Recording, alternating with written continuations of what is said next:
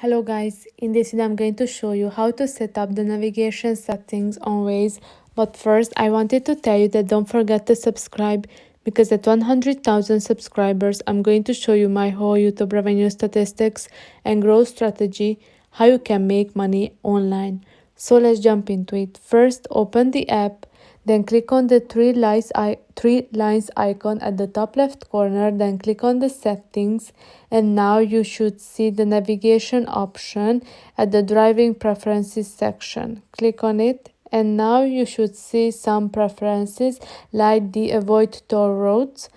Then there is the toll and HOV passes. So here you can see the local passes, and if you click on the show all, here you can find a lot of passes that maybe you will need during your travel. Then the avoid ferries option, avoid freeways option, then the unpaved roads. Here you can select the allow, don't allow, or avoid long ones.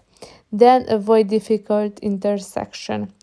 And the last one is the vehicle details, the vehicle type, the private for cars with no special restrictions, taxi, get routes great for taxis, motorcycle, get routes great for motorcycles, or electric, get routes great for electric vehicles.